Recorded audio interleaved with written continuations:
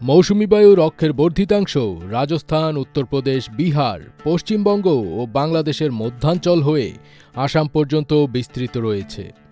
এর একটি বর্ধিতাংশ উত্তর বঙ্গোপসাগর পর্যন্ত বিস্তৃত।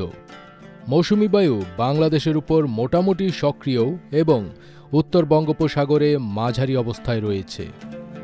পরবর্তী ২৪ ঘন্টার মধ্যে উত্তর বঙ্গোপসাগরে একটি লঘুচাপ সৃষ্টি হতে পারে বলে জানিয়েছে আবহাওয়া অধিদপ্তর। এদিকে আবহাওয়ার আরেক পূর্বাভাসে জানানো হয়েছে, ঢাকাসহ দেশের ১০ জেলার ওপর দিয়ে সর্বোচ্চ ৬০ কিলোমিটার বেগে ঝড় ও বজ্রবৃষ্টি হতে পারে বলে জানিয়েছে আবহাওয়া অধিদপ্তর। বৃহস্পতিবার ২৪ জুলাই ভোর ৫টা থেকে দুপুর ১টা পর্যন্ত দেশের নদী বন্দরের জন্য দেওয়া আবহাওয়ার পূর্বাভাসে এমন তথ্য জানিয়েছে আবহাওয়া অধিদপ্তর।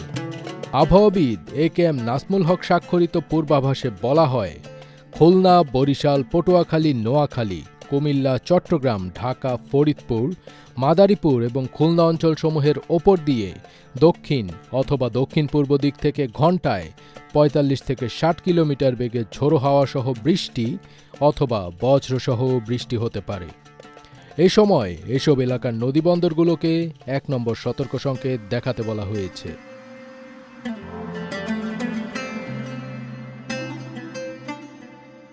এদিকে সবশেষ সারা দেশের জন্য দেওয়া ১২০ ঘন্টার আবহাওয়ার পূর্বাভাসে বলা হয়েছে, আজ রংপুর, রাজশাহী, ঢাকা, ময়মনসিংহ, খুলনা ও বরিশাল বিভাগের অধিকাংশ জায়গায় এবং চট্টগ্রাম ও সিলেট বিভাগের অনেক জায়গায় অস্থায়ীভাবে দমকা হাওয়াসহ হালকা থেকে মাঝারি ধরনের বৃষ্টি অথবা বজ্রসহ বৃষ্টি হতে পারে।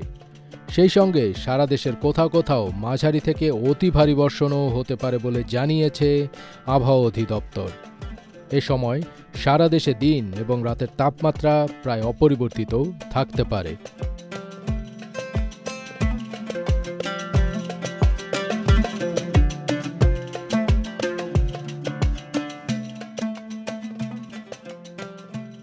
ফজবির তাজ, এটিএন বাংলা।